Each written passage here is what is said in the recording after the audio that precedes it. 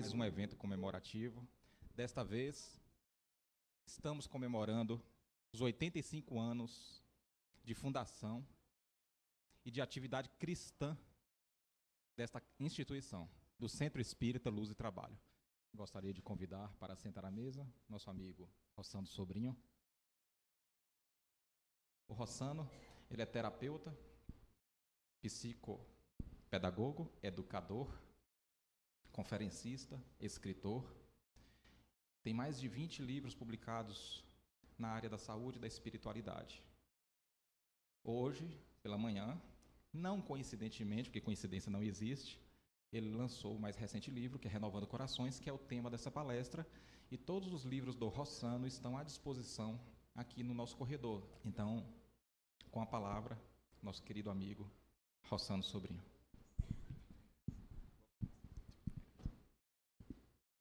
Senhores, senhoras, jovens, queridos irmãos espíritas, que Jesus nos ampare, nos ilumine, que alegria retornar a Castelo, que saudade do meu amigo Itaici, mas que certamente, como o Cristiano comentou, aqui se encontra conosco. É uma honra estar aqui nos 85 anos do CELT, vir de espera feliz com os queridos amigos Alair e Robielli, porque estar na casa espírita é estar na casa do Cristo. Estar na casa espírita é higienizar a mente e entrar em faixas espirituais sublimes. Sem dúvida, a casa espírita é um pedacinho do céu na terra. A criatura humana tem viajado para fora do orbe terrestre, tem penetrado a intimidade das micropartículas, tem desenvolvido tecnologia e ciência, mas não tem logrado ainda alcançar a paz. Nós percebemos, inclusive, de forma paradoxal, que, segundo a ONU, 80% das guerras no mundo têm origem religiosa. A criatura humana visita religiões, carrega rótulos religiosos, mas ainda não foi banhada pela legítima espiritualidade. Nós podemos encontrar no prefácio do livro Nosso Lar, do espírito André Luiz, psicografado por Chico Xavier, uma nota interessante do benfeitor Emmanuel, dizendo que todos nós carecemos do espiritismo, carecemos do espiritualismo, mas temos carência muito maior de espiritualidade.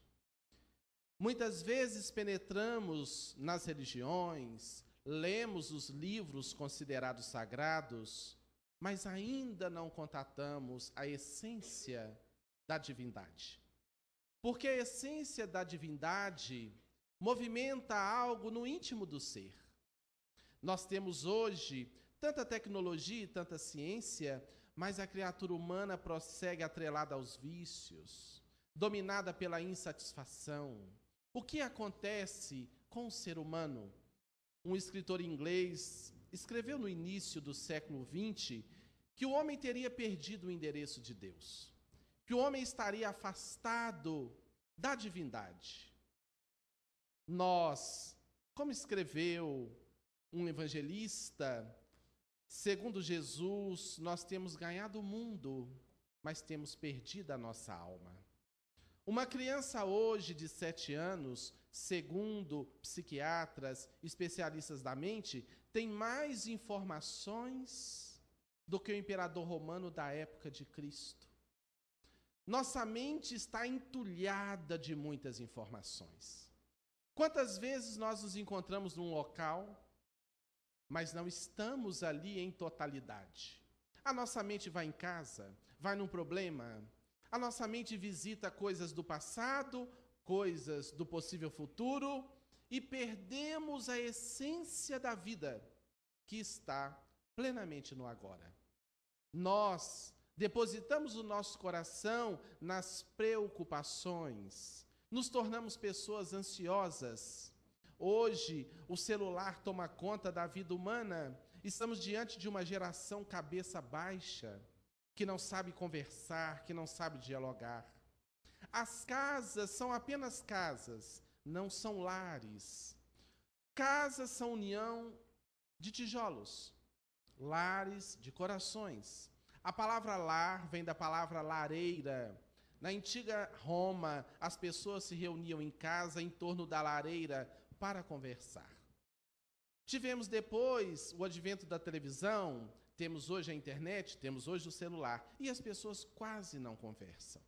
As pessoas estão ali presas. Não que a tecnologia seja ruim, mas será que estamos contatando o outro? Os casais quase não conversam. Depois de um tempo de convivência, são amigos, se relacionam sexualmente, mas cadê a presença do carinho, da carícia, da ternura? E aí surge um vazio na relação, porque a ausência do carinho conduz a criatura a um nível de insatisfação. Mas qual seria a gênese da insatisfação? É fácil entendermos. Uma mente muito acelerada, muito agitada, muito dominada pelas preocupações mundanas e profanas, nos arrasta do momento presente. Uma aceleração mental nos leva a uma insatisfação.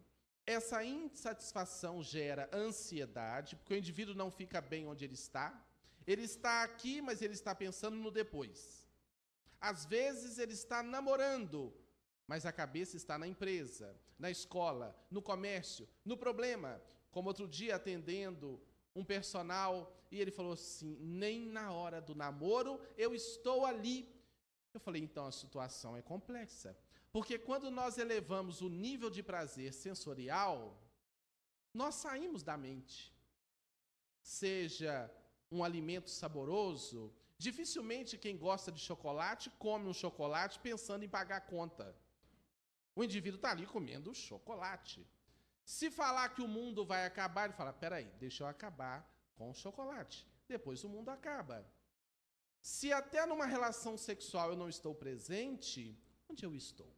Onde está a criatura humana?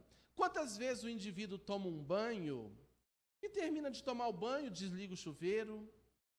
Tomei banho, mas não percebi. Foi num automatismo célere. Onde estava o indivíduo? Nos pensamentos. Então, nós precisamos perceber que ou nós dominamos a mente, ou a mente domina a gente. A mente é um aparelho ultrassensível que capta tudo, que processa tudo o tempo todo. Às vezes estamos conversando com uma pessoa e a pessoa já está pensando o que vai perguntar, o que vai dizer. Ela nem acolhe a sua fala. Ela está dentro da mente, num processo de autoafirmação, tentando saber o que vai dizer. Então, todos nós sofremos no século XXI dessa inquietude, aceleração, insatisfação, ansiedade. A ansiedade é a plataforma sobre a qual se erguem todos os demais transtornos mentais e emocionais. Dali a pouco é uma fobia, dali a pouco é um pânico, dali a pouco é uma depressão, porque a mente, ela comporta o universo, mas gota a gota. A mente funciona em ritmos diferentes. O ritmo delta é no sono profundo. Abaixo de 4 ciclos de pensamento por segundo é quando o indivíduo descansa. Primeira parte do sono é aquele sono pesado.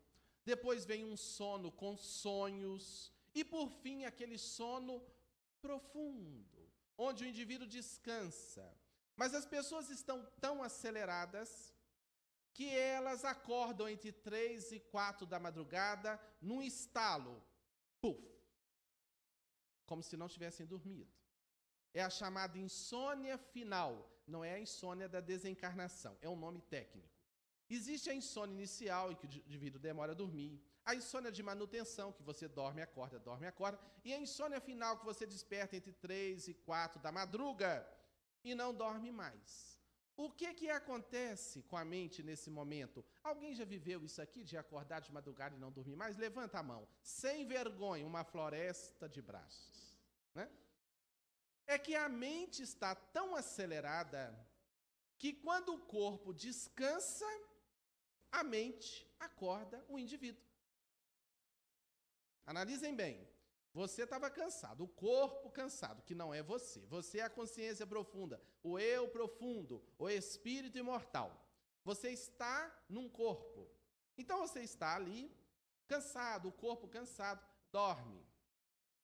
Entre 3 e 4 da madrugada, o corpo descansou. Mas a sua mente está pipocando de coisas. E aí você desperta. E dificilmente dorme. Porque ocorreu uma aceleração. Por quê? Porque viu televisão demais, porque mexeu no celular demais, porque lidou com jogos o tempo todo. E isso tudo nos conduz a um nível muito acelerado. O nível delta no sono profundo, o nível teta, um relax, um relaxamento profundo. E os dois níveis de funcionamento mental que nos interessam para o estudo da noite é o nível alfa e o nível beta. O nível beta, a mente funciona entre 12 a 40 ciclos de pensamento por segundo. A mente pipocando o tempo todo. Todo mundo entra em beta.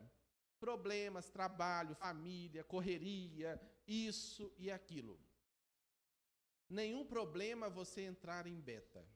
O problema é você não sair desse ritmo. O tempo todo você está acelerado. A mente é aquela cantilena contínua que domina você. Há uns 2 anos, eu estava num ciclo de palestra na Grande Vitória, e quando eu estava chegando em Vitória, eu vi um mendigo passando na faixa, falando sozinho. Eu olhei e pensei.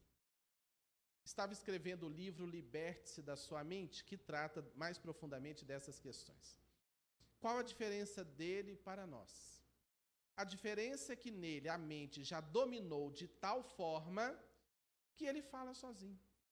Mas essa falação, essa cantilena, esse falatório, está também dentro de nós. Nós estamos aqui agora e há processos mentais. É claro que numa psicosfera de uma casa espírita harmonizada, abençoada como esta, a nossa mente perde força.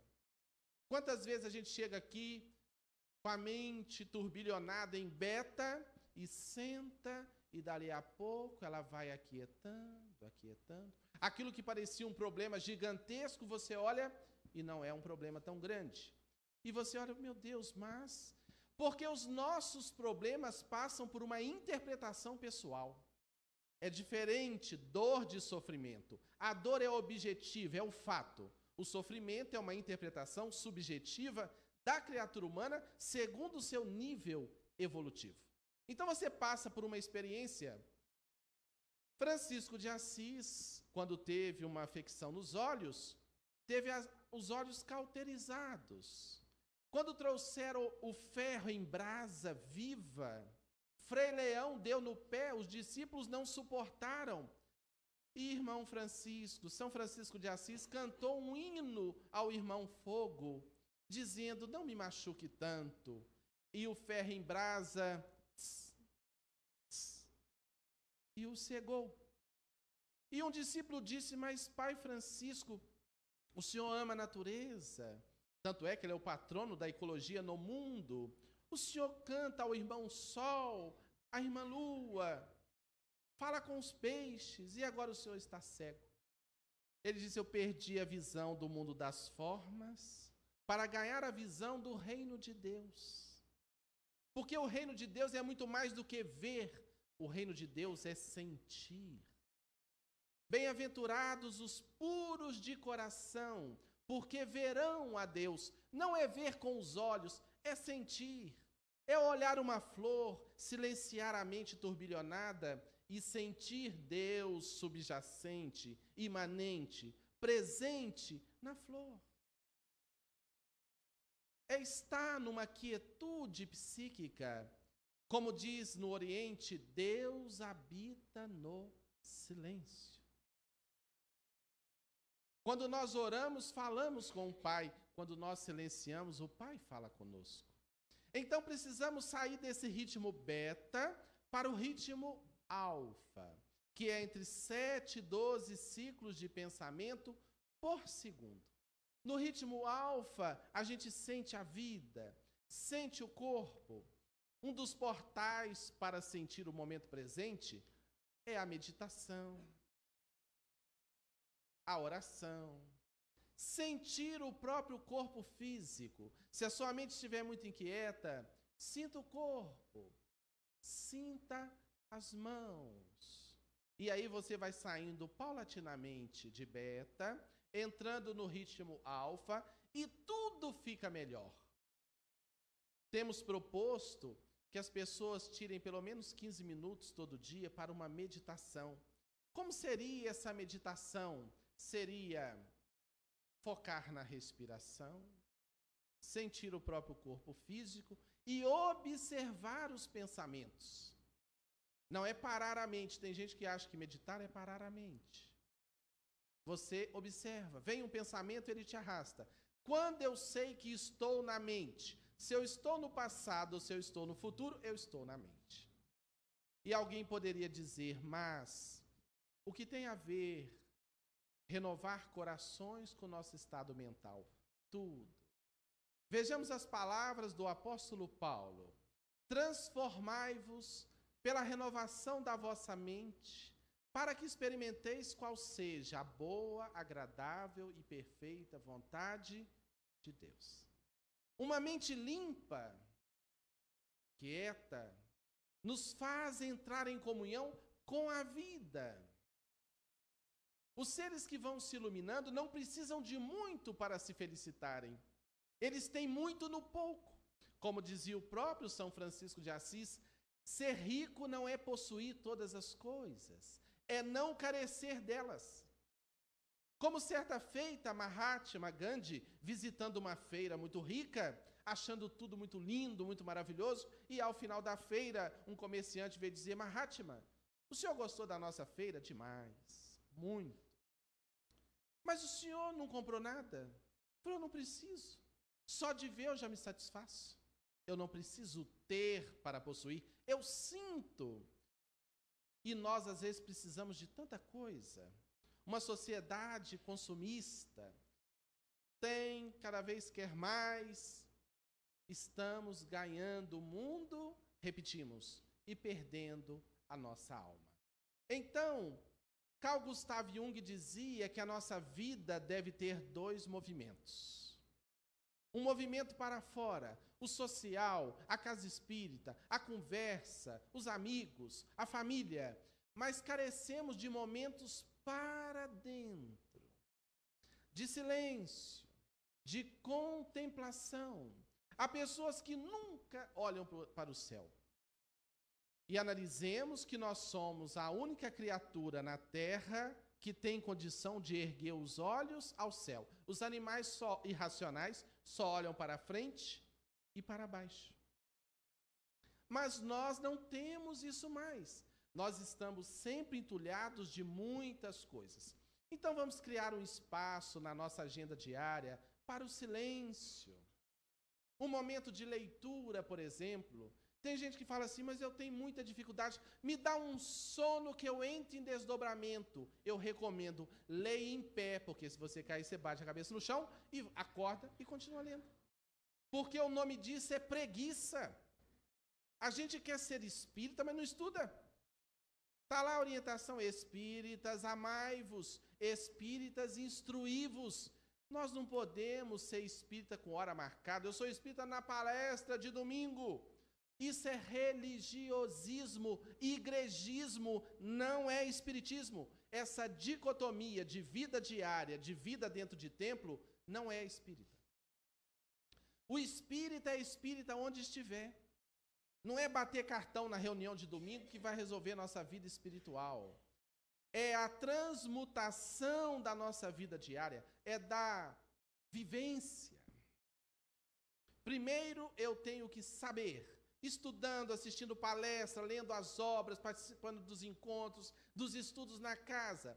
Uma reunião como essa é uma porta de entrada, mas vai depois procurar os grupos de estudo, com o Cristiano, com o Edu, com o povo que trabalha, vamos estudar, vamos perscrutar a doutrina, vamos aprofundar.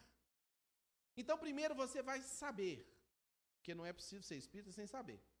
Depois você vai sentir. Esse conhecimento vai mudando você, vai transformando, você começa a sentir. Para aí chegar ao terceiro nível, que é viver. Aí é o nosso esforço, para colocar na prática. Então, primeiro nós entramos na doutrina, depois a doutrina entra em nossa intimidade e depois começa a sair de nós. Sair através do saber, do sentir e do viver. Como propunha Jean-Henri Pestalozzi, professor de Allan Kardec, educar o intelecto, educar o coração, educar as mãos. Renovar o coração é renovar a nossa concepção de vida. Quais são as coisas essenciais? Sobre o que eu deposito a minha vida? Sobre essa vida humana tão frágil. Nós estamos aqui agora e daqui a pouco não estamos. Nós não temos garantias nenhuma. E graças a Deus que a morte existe. Porque se existir na morte, nós ainda erguemos nossa vida sobre o orgulho, sobre a vaidade, sobre conceitos tão equivocados, imagine se não tivesse a morte.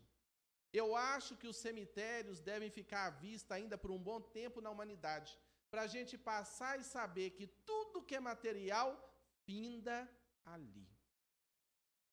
E Jesus diz: não ajuntai tesouros na terra, buscai aqueles que o ladrão não pode roubar, a ferrugem carcomer e a traça corroer. Perguntemo-nos onde está o nosso coração. Onde estiver o vosso tesouro, aí estará o vosso coração. Se nós tivéssemos que retornar hoje para a pátria da verdade, para a pátria espiritual, como estaríamos? Sobre o que temos erguido nossa vida? Não é viver uma vida mística, afastada da vida. A verdadeira espiritualidade, ela é no dia a dia. Jesus desceu dos altiplanos da vida para viver conosco. Não foi fácil. Em determinado momento ele chegou a dizer: raça de víboras, até quando vos suportareis? Não foi fácil para o Cristo. A gente vê a crucificação. Uma irmã me dizia, quando passava cenas do filme Jesus de Nazaré, as cenas finais da crucificação, eu não dou conta. E eu pensei, são terríveis, mas acredito que a própria encarnação do Cristo já foi uma crucificação, porque o Espírito penetrou a cruz de carne, que é o corpo humano. E não é fácil para o Espírito da evolução de Jesus viver no corpo físico. Então nós estamos na Terra adestrando órgãos para a imortalidade, como fala André Luiz. Nós estamos aqui para desenvolver os talentos da alma, os valores do espírito. Já transitamos pelo cristianismo com os seus dogmas irracionais que não atendiam às nossas dúvidas. Quantas vezes perguntávamos aos religiosos: por que dessa criança nascer assim? Por que dessa situação? Mistério de Deus. Não havia resposta. Os primeiros 4 séculos de cristianismo estávamos ali com a essência da mensagem. Depois, com a institucionalização do cristianismo, criamos religiões. E não estou falando de outras religiões, estou falando de nós mesmos dentro dessas religiões, porque nós estamos espíritas agora, nós já transitamos por tantas outras, então nós somos responsáveis. E vivemos tanto tempo, 1000 anos de Idade Média dominados pela cegueira, pelo fanatismo, pela fé religiosa, ortodoxa, dogmática, que não nos falava, não nos explicava. Nós tínhamos apenas que aceitar. Depois veio Lutero, Calvino, romperam, criaram o protestantismo, foi um avanço, a Bíblia foi difundida na língua do povo.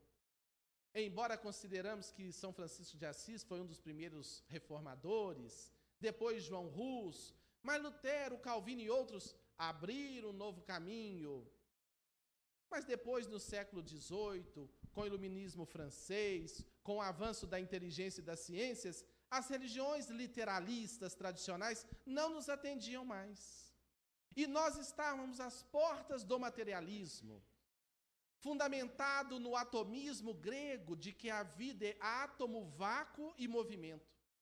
E nesse momento, a humanidade está amadurecida para a chegada do Consolador, conforme prometido no Evangelho de João, nos capítulos 14 e 16.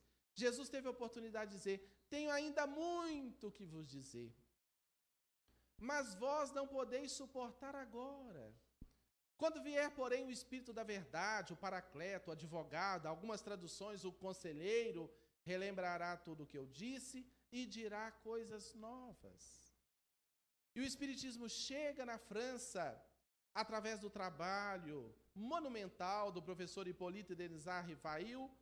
Nosso Allan Kardec, que a 18 de abril de 1857, publica o Livro dos Espíritos e nos chama a compreender.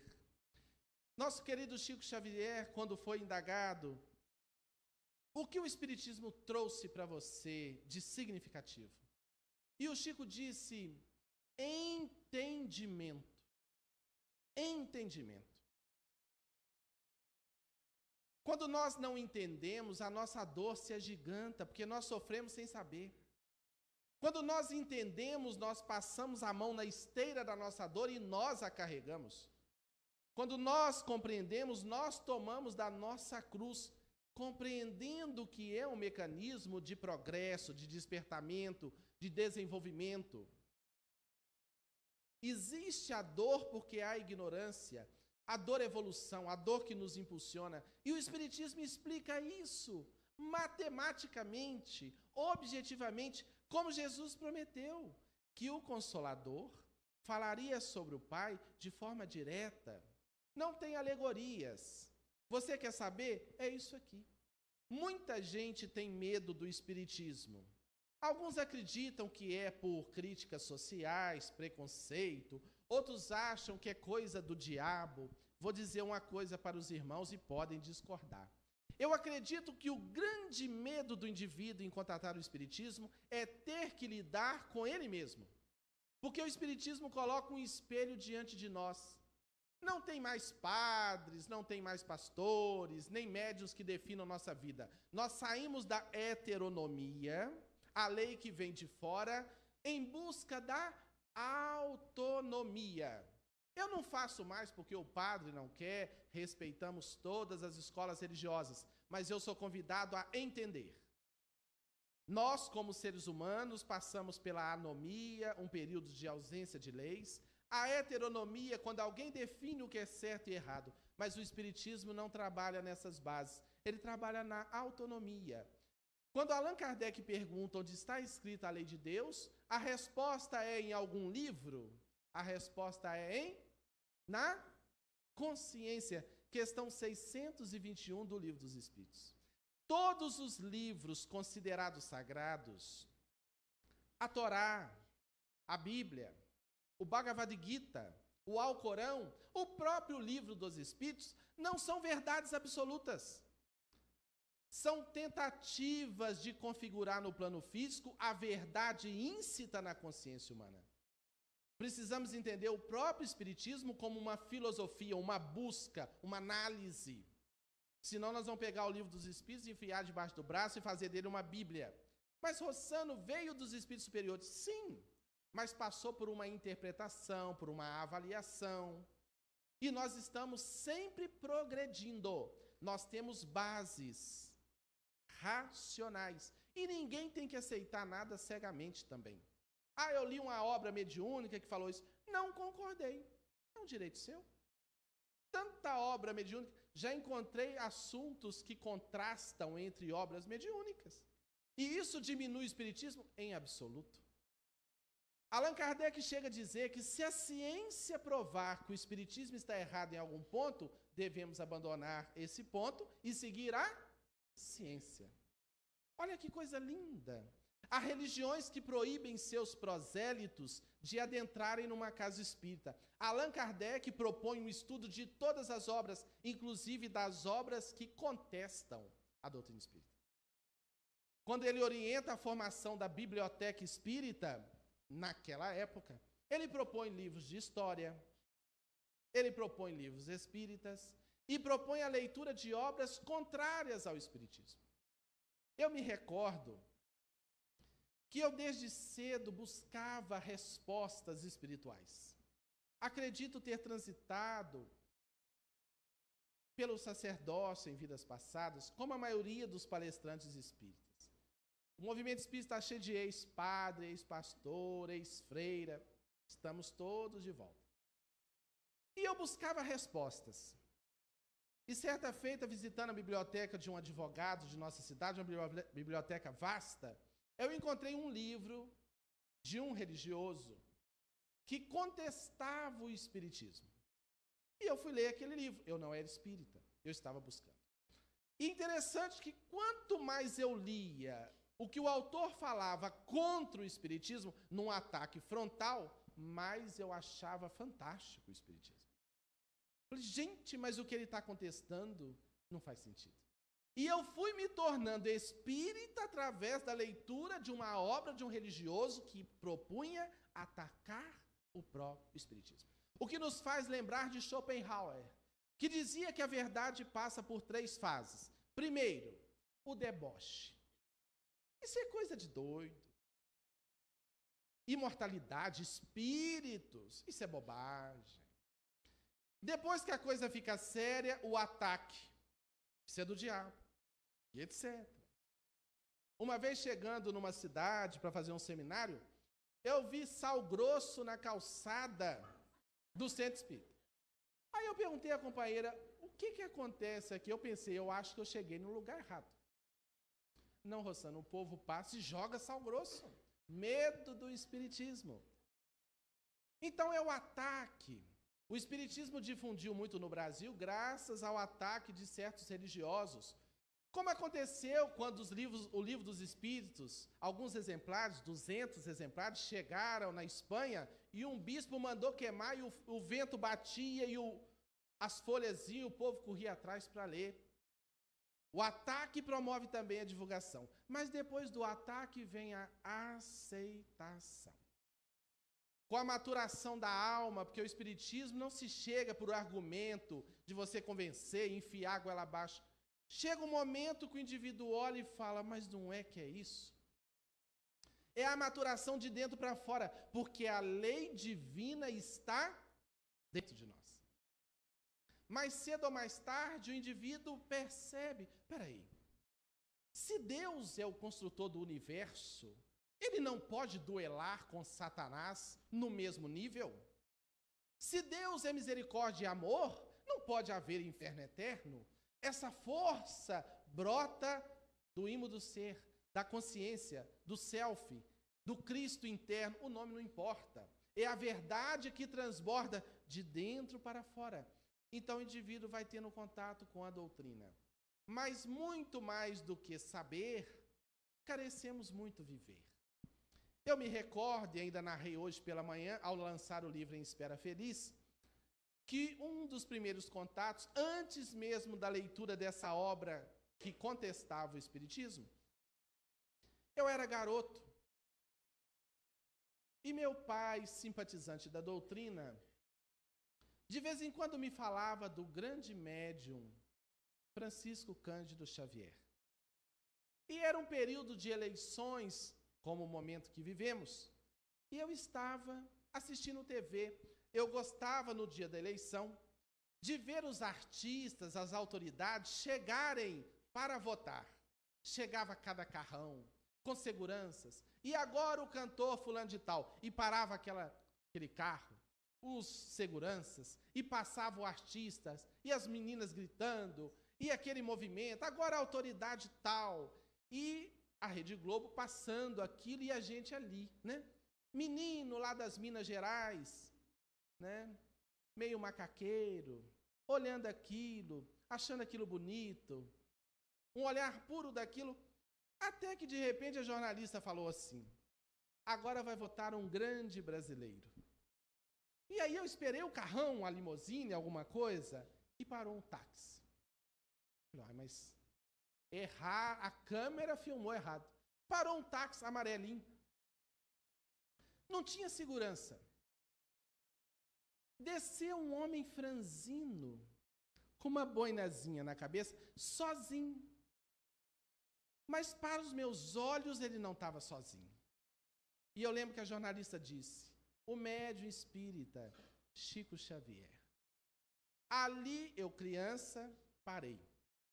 Eu olhei aquela alma, lembrei das falas do meu pai, não espírita, apenas simpatizante, e aquela figura terna que transbordava serenidade, carinho, bondade, um sorriso nos lábios, simples.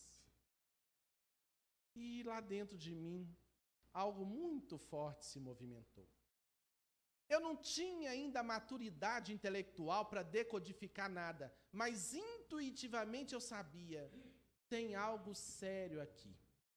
Estou diante de alguém diferente. Não apenas pela simplicidade das roupas, porque a simplicidade é do coração. Os textos das Escrituras dizem assim, rasgai os vossos corações, não as vossas vestes. E o próprio Chico dizia, quando ele foi indagado, Chico, mas você é vaidoso, usa peruca. Falou assim, minha filha, porque tem gente muito caridosa que contesta tudo, pergunta tudo, não tem nada a ver, né, mas pergunta tudo. Nós não temos direito de enfeiar o mundo. A gente tem que melhorar um pouquinho, né? Eu também me amo, não disse isso, mas imagino que sentiu e pensou. Então a limpeza da alma, a simplicidade, a espontaneidade naquela criatura, ali eu fui tocado. É como uma semente que ficou. Mas fui estudar, fazer faculdade, nas minhas buscas, lendo vários livros, buscando, visitando igrejas, até que, já na faculdade, um amigo protestante, pregador protestante, me apresentou um livro de Allan Kardec, O Céu e o Inferno. Eu tinha visto Chico, feito aquele registro intuitivo, eu tinha lido aquela obra que contestava o Espiritismo, mas ainda não tinha lido uma obra espírita. E ele me entregou, acabei de ler esse livro, O Céu e o Inferno, de Allan Kardec. Uma das obras da codificação menos lidas para irmãos que vêm de outras denominações, de outras teologias, de outras escolas, ou que conversam muito com irmãos de outros credos que querem saber, por favor, compre esse livro e leia O Céu e o Inferno, de Allan Kardec. Porque ali Kardec faz um diálogo entre a teologia católica, a protestante e a espírita, mostrando caminhos. E eu li aquela obra. E quando eu terminei, eu disse, meu Deus, é isso. Mas não fui para a casa espírita. Descobri que o espiritismo se assentava sobre 5 obras. O Livro dos Espíritos, o Livro dos Médiuns, o Evangelho segundo o Espiritismo, o Céu e o Inferno e a Gênese. Comprei a codificação e li toda a codificação. Quando eu terminei de ler, eu falei assim, eu achei. E aí fomos para a casa espírita, há 16 anos, nos nossos trabalhos, coordenamos um grupo de estudo do Evangelho toda segunda-feira, um grupo abençoado, em torno de 50 pessoas, estudando o Evangelho. Não é palestra pública, é grupo de estudo. E dentro desse grupo maior, nós temos 14 trabalhadores, 2 estão aqui conosco nesta noite, a Lari Robielli, que nos ajudam mais diretamente nos trabalhos. E eu sentia muita falta de conversar com os confrades e com as confreiras, com os irmãos de ideal. A gente chega na casa de espírita, boa noite, tudo bem? Começa a reunião, termina a reunião, a gente aplica o passe, vai embora. E eu sentia falta. 16 anos de espiritismo, 14 coordenando essa reunião. Aí eu tive a seguinte ideia. Eu pensei, vamos reunir com esses trabalhadores uma vez por mês para conversarmos, para falar de nós, das nossas dificuldades, não para ler o livro. Para isso tem dias específicos. Na segunda-feira estudamos o Evangelho. Na quarta-feira, meu irmão coordena uma reunião do Livro dos Espíritos. Na quinta-feira, um companheiro coordena das obras de André Luiz. Na sexta-feira, o outro coordena do Livro dos Médiuns. Nossa casa em Espera Feliz, a CEPAC, Sociedade Espírita Paz, Amor e Caridade, tem reuniões todos os dias, às vezes 2 ou 3 no mesmo dia, porque a casa é ampla. Então, eu percebi que nós carecíamos de apertar os laços da convivência. Comecei a reunir com esses companheiros uma vez por mês, numa reunião de 2 horas a 2 horas e meia, para falar de nós. E fomos reunindo, conversando, numa espécie de terapia em grupo, à luz da doutrina. E aí tivemos a ideia de começar a colocar no papel a proposta. Surgiu aí o livro Renovando Corações, que estamos lançando hoje, em Espera Feliz e aqui, que tem como subtítulo O Poder do Afeto na Casa Espírita. É uma proposta singela, nada demais, nada que fira postulados nenhum, apenas uma oportunidade de conversarmos sobre nós, de falarmos de nós. Porque nós temos muita religião, como eu disse, mas nós precisamos alargar a nossa afetividade. Às vezes, na tribuna, nós somos inspirados, empolgados, entusiasmados, mas quando saímos, somos comuns. Se alguém risca o nosso carro, nós perdemos a paz. Se alguém nos ofende, a gente vira inimigo. Então, a gente ainda é apenas um religioso de templo. E a doutrina propõe a vivência do amor em toda parte. A doutrina vem nos trazer esses postulados básicos que vão renovando o nosso olhar, o nosso coração. Deus nos é apresentado de fato como Deus amor, que oportuniza a todas as criaturas a sua renovação. Ninguém se perderá. Mas claro que cada um está à mercê da colheita segundo a sua semeadura. Deus é amor, mas Deus também é justiça. E permite a colheita das nossas semeaduras. Como disse Jesus, a cada um será dado conforme as suas obras. Como escreveu o apóstolo Paulo, o que semeias, ceifarás. E como os Espíritos repetem, a semeadura é livre, mas a colheita é obrigatória. Então nós estamos o tempo todo semeando, colhendo, gerando a nossa felicidade ou a nossa desdita. Então o Espiritismo coloca a chave da felicidade na nossa mão. Ninguém vai resolver para nós os nossos problemas. Nós recebemos ajudas, socorro, conhecimento, sobretudo, entendimento. Mas não podemos ser aqueles que só vêm à casa espírita, só buscam a religião, quando a coisa aperta. Tem pessoas assim, a gente chama de ioiô. Vai e volta. A coisa piorou, vão lá no centro. O centro do cristiano é forte. O centro do Taici é forte. A coisa piorou, vem. A coisa melhorou, se afasta. Está na hora de uma espiritualidade legítima, o tempo todo, buscando essa vivência. Então, Deus está em toda parte oportunizando esse crescimento. A doutrina que nos fala da imortalidade da alma, com tanta força, com tanta verdade, com tanta lucidez. Quem nunca teve uma experiência mediúnica? Ah, Rosana, eu nunca tive. Analise direitinho, será que não? Ou será que na família ninguém viveu? Provas incontestes da presença dos espíritos, da imortalidade da alma. Nós não somos um corpo. Nós não surgimos no berço e findamos no túmulo, senão nós repetiríamos padrões. Minha mãe era muito católica. Eu ia com ela à igreja. O meu pai era só simpatizante da doutrina, mas não nos doutrinava em nada.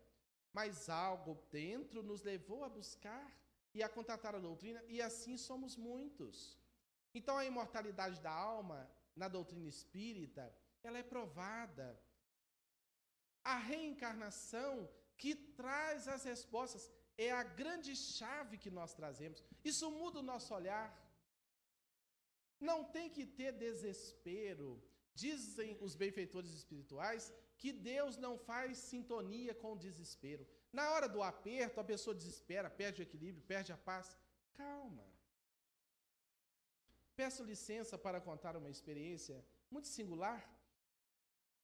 Há 14 anos, meu pai era safenado. Estava muito saudável, com 62 anos, tinha feito cirurgia, estava muito bem, mas não conseguiu largar o cigarro.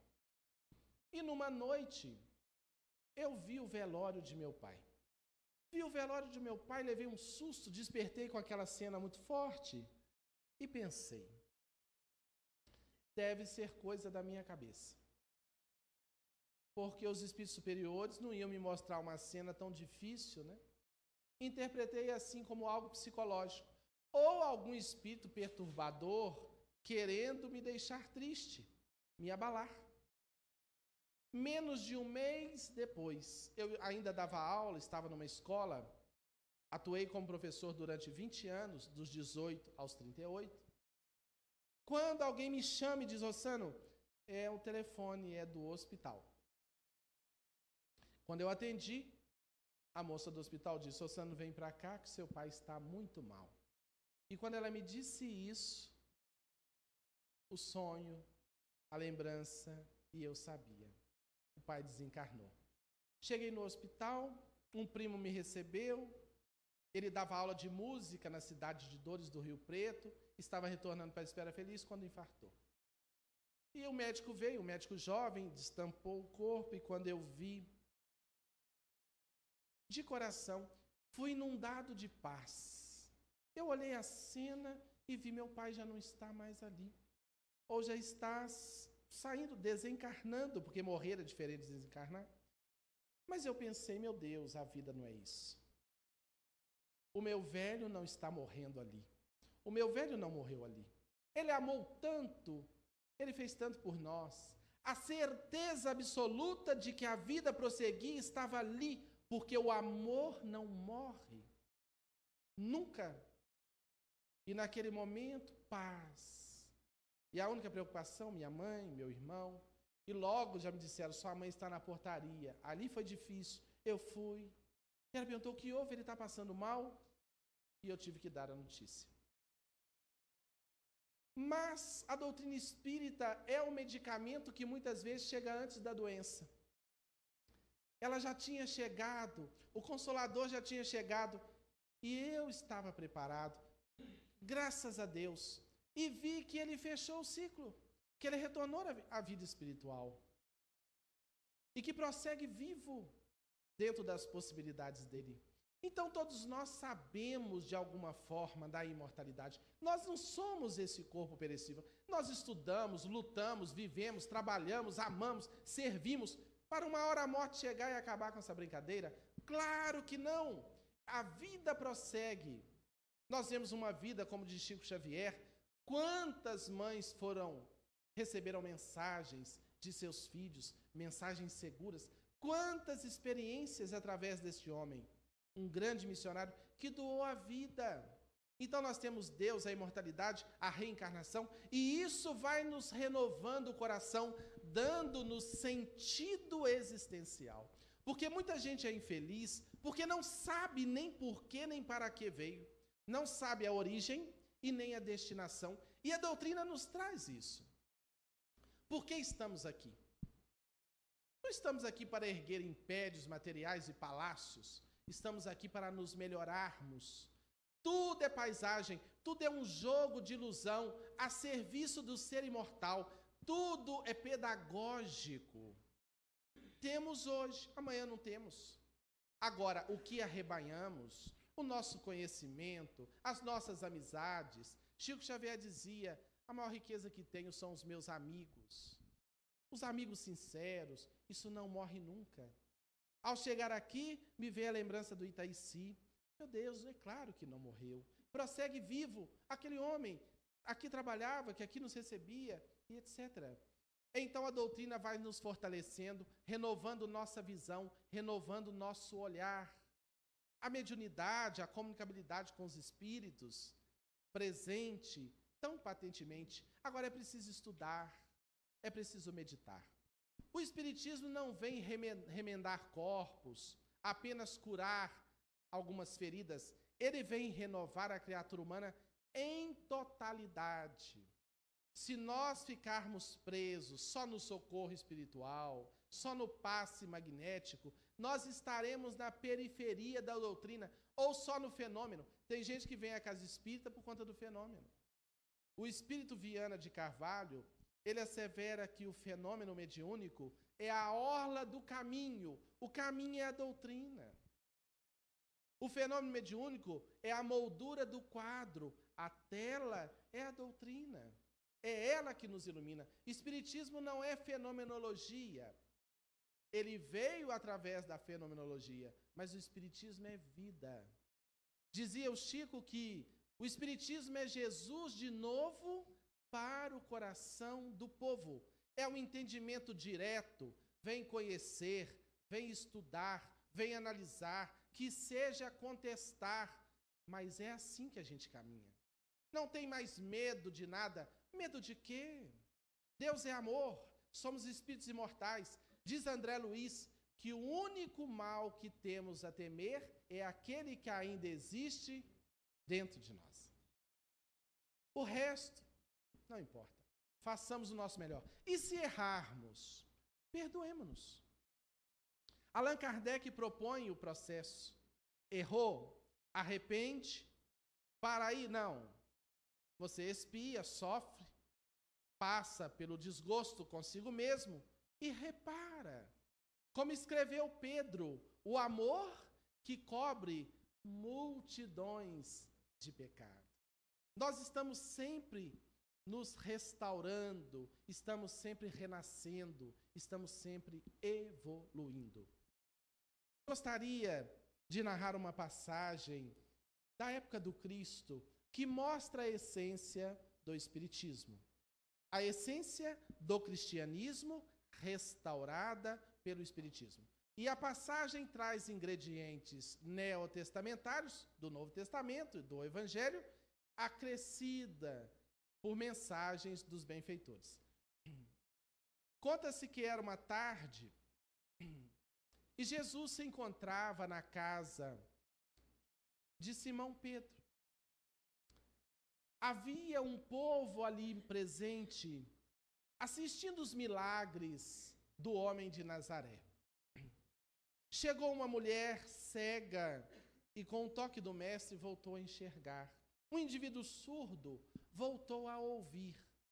Dali a pouco houve um burburinho, porque tentavam penetrar o recinto da casa de Pedro, em Cafarnaum, com um homem paralítico, numa esteira carregado. Mas não, o povo não deu espaço.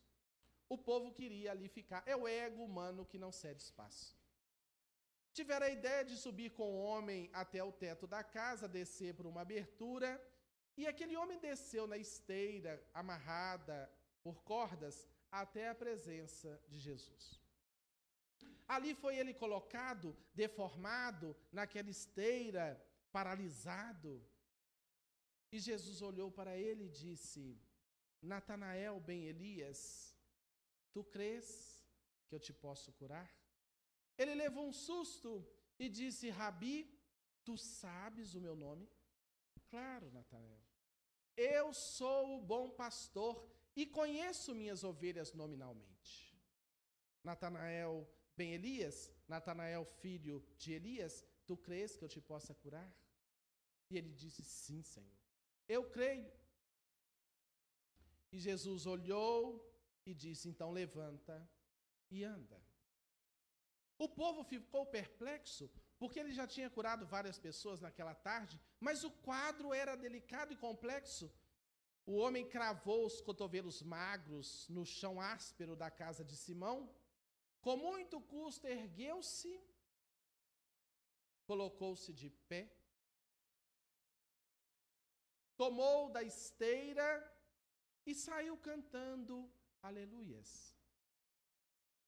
Abro um parêntese para dizer que antes de contatar Jesus, nós somos carregados pela esteira das nossas dores. Mas depois de contatar a mensagem, em especial restaurada pela doutrina espírita, nós carregamos a nossa esteira, como já dissemos. E o homem foi embora. Jesus curou mais alguns. Dali a pouco Simão olhou e Jesus estava suarento, cansado. Simão, como um guarda-costa, foi até o povo e disse: agora chega. Ele está cansado, vocês voltam amanhã. Espantou o povo. Parece que Simão era meio bravo. Tomou no braço do mestre e foram caminhando lentamente até as margens do lago de Genezaré. E Pedro estava encantado e pensando consigo mesmo: ele está na minha casa. Esse homem é um traço de luz entre o céu e a terra. Ele está na minha humilde casa. E Pedro se emocionou, contemplando o firmamento onde já surgiam as primeiras estrelas. Mas quando ele voltou-se para Jesus, Jesus estava chorando. E Pedro não entendeu. Acercou-se do mestre e disse: Rabi, tu choras? Sim, Simão. Mas hoje foi um festival de milagres. Tu choras de alegria, certamente. Não, Simão. Narra o espírito Amélia Rodrigues que Jesus disse a Simão Pedro: eu choro porque estou triste. Mas, Rabi, quantas curas! E Jesus enfatizou: sabe aquela mulher que chegou cega e voltou a enxergar? Sim. Ela está dizendo agora que vai se vingar de todos aqueles que nunca lhe deram atenção, porque agora ela pode ver. Aquele que chegou surdo, sim, Senhor. Ele também está dizendo que agora vai se vingar, porque pode ouvir, e agora ele vai falar e ouvir. E sabe Natanael, ben Elias? Sim, Senhor. Aquele que o Senhor ergueu da esteira putrefeita, pois é, ele está no lupanar, dizendo às mulheres, tomando vinho: agora eu vou viver. Olha o que ele fez com o meu corpo. Eu estou saudável, eu vou viver. Olha o que ele me deu. Tu crês, Simão, que eu vim colocar remendo novo em tecido gasto? Que eu vim colocar vinho novo em odres velhos? Não, Senhor. Eu faço sinais para que o povo creia, mas eu vim renovar a criatura humana. Essa é a mensagem, essa é a proposta, através da internalização do ensino, do conhecimento, conhecendo a verdade liberta. E Simão entendeu. A doutrina espírita é Jesus de novo dizendo, muito mais que fenômenos e curas dos corpos mortais, é a renovação da mente, é a renovação do coração, é o desenvolvimento da afetividade, da amorosidade, do perdão, do perdonare. Perdoar, é doar plenamente. Per em derredor, donare, doar. 70 vezes, 7 vezes, ou seja, infinitamente, é simbólico. Como uma senhora que foi até Chico Xavier e disse: Chico, eu já fiz o cálculo, meu marido já errou comigo mais do que manda o Evangelho, eu já perdoei mais do que manda o Evangelho, eu fiz o cálculo 70 vezes, 7 vezes, mais de 490 vezes. E o que eu faço agora? Eu mando embora? E aí Chico silenciou e disse assim: Emmanuel está dizendo que é 70 vezes, 7 vezes, cada ofensa. Ela falou: mas assim não tem jeito. Mas, se hoje o marido trata você no coice, alegre-se. Já foi na foice. Paciência. A coisa já está melhor. Mas não é para ficar no coice, não. Nós estamos numa doutrina que progride, que evolui. Se a sogra hoje é difícil, porque as sogras que caíram do céu, a vassoura quebrou e ela desceu de ponta e bateu. Mas nós todos estamos aqui para avançar.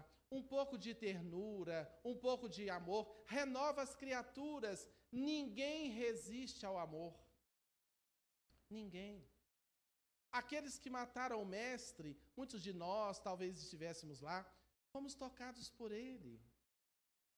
Jesus acolheu Pedro que negou, resgatou Judas que traiu e suicidou, e prossegue nos resgatando. Nós todos estamos aqui nesse processo. Alguns falam assim, mas quem sou eu? O que eu posso fazer? Todos podemos. Quem não pode dar um sorriso, acolher alguém, convidar para uma palestra, suscitar uma esperança? Quem não pode? Nós precisamos ser sal da terra. Qual a função do sal?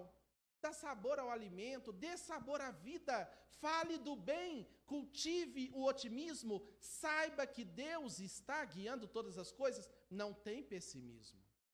Mas e a dor e a vicissitude? Progresso, para crescer.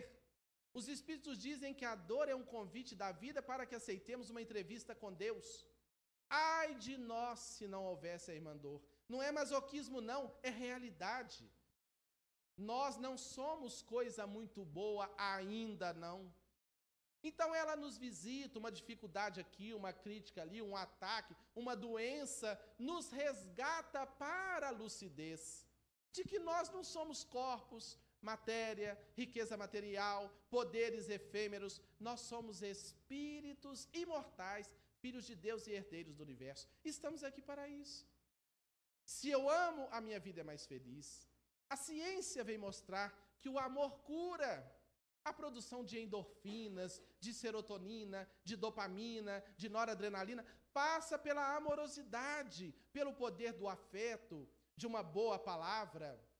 Outro dia eu escrevi no Facebook, descobri por que as pessoas bebem tanto, porque não tem assunto.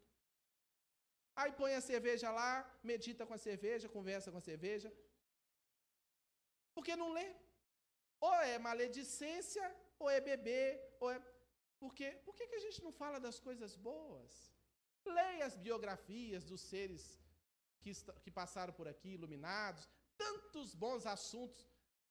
Os Espíritos dizem que há palavra negativa, há palavra neutra e há palavra positiva. A maioria fica em palavra neutra, sem sentido, ou palavra negativa. Tem pessoa que a gente nem pergunta se está tudo bem, porque a pessoa já fala assim, ah, não. Você já fala assim, que bom que está tudo bem, e vaza, porque você não quer receber o retorno. Sejamos otimistas, façamos a nossa parte. Pedimos licença para encerrar o singelo estudo da noite, dizendo, Senhor, eu reconheço a minha pequenez, e por isso desta vez eu venho rogar-te misericórdia.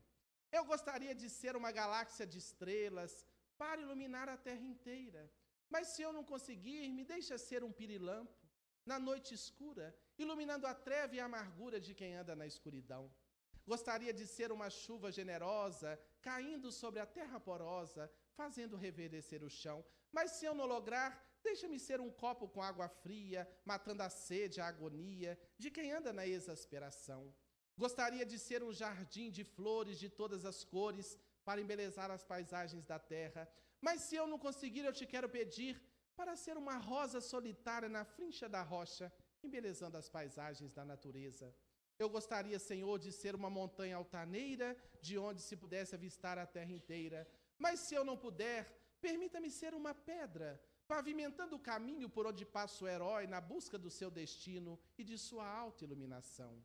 Gostaria, Senhor, de ser uma escada que conduzisse o artista ao seu ideal, mas se eu não der, se eu não puder, deixa-me ser pelo menos o primeiro degrau.